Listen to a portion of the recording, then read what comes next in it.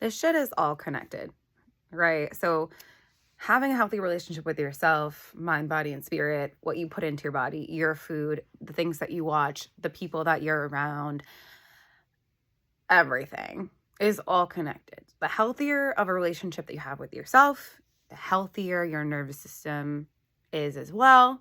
Those two things get intertwined too. The healthier you're going to have in terms of relationships. Obviously, everything is interconnected, everything impacts each other, right? In our society, we're taught like everything's separate. You have a doctor that studies this specific organ, you have a doctor that studies this other organ. The mind is separate from the body. Like, no, okay? It's all interconnected. Okay, so that's what's gotten lost in the society, along with the previous video about um, always be connecting dots, right?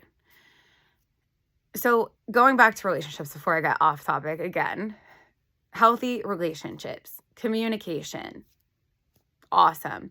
Side note, need to pick up this book called Arousal. Read a book, which I cannot remember the title of to save my life, about sex and intimacy, and sex being one of the most profound or deepest, maybe not the right word, ways to excavate or explore our childhood wounds, our fears, our insecurities, just, yeah, our deepest wounds. And I totally agree with that, but that's a note for another day. Something my self-pleasure course that I was looking at earlier, and I'm like, damn, I need that book. Those books are heavy though, because like you really see how your sexual patterns are a response to like your wounding. Anywho, my friend and I were having a conversation about relationships earlier, and we've really grown a lot, I would say, in the last handful of years as to how we approach relationships. So he was speaking about his relationship with his girlfriend and how in the past, right? So she brought up something like she was really quiet and he had asked her like, hey, are you good? And she had said that his telling her, even though she was asking questions about it, about his previous relationships like 17 years ago, because he's like now 40 and he was 23 at the time, like the things that he did in his relationships was triggering to her, right?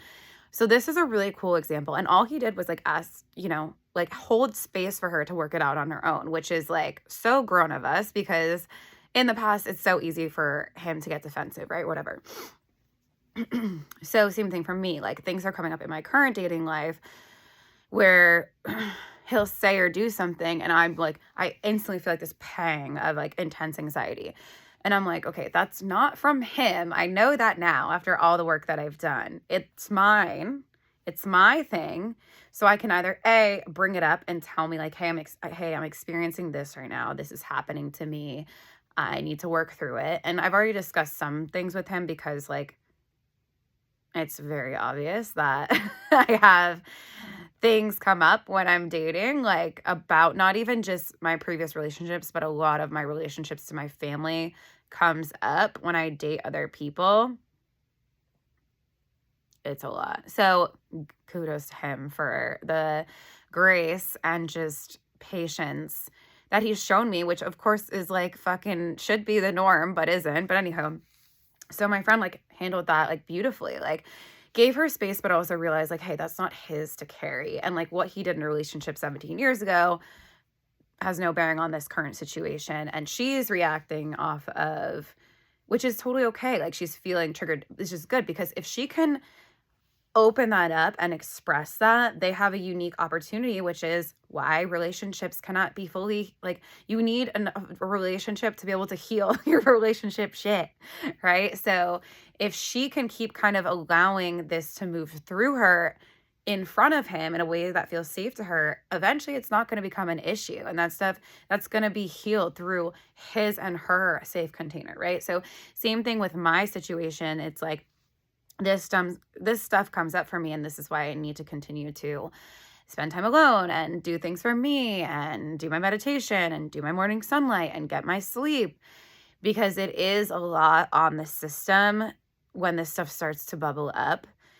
And as someone who knows that now that they have like these wounds, right? And you don't want to live in this identity, okay? Big flashing sign right now. You do not want to become I'm always healing identity.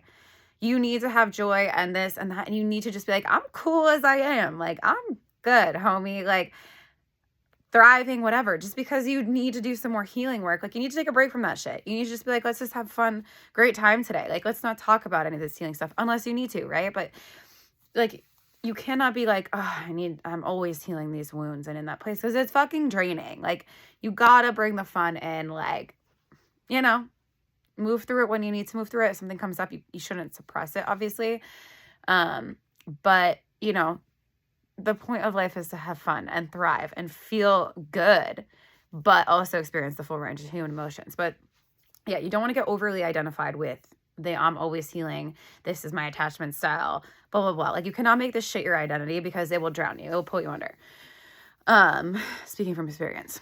So anywho, I thought it was cool because, like, we've grown a lot and we've looked at our own, we've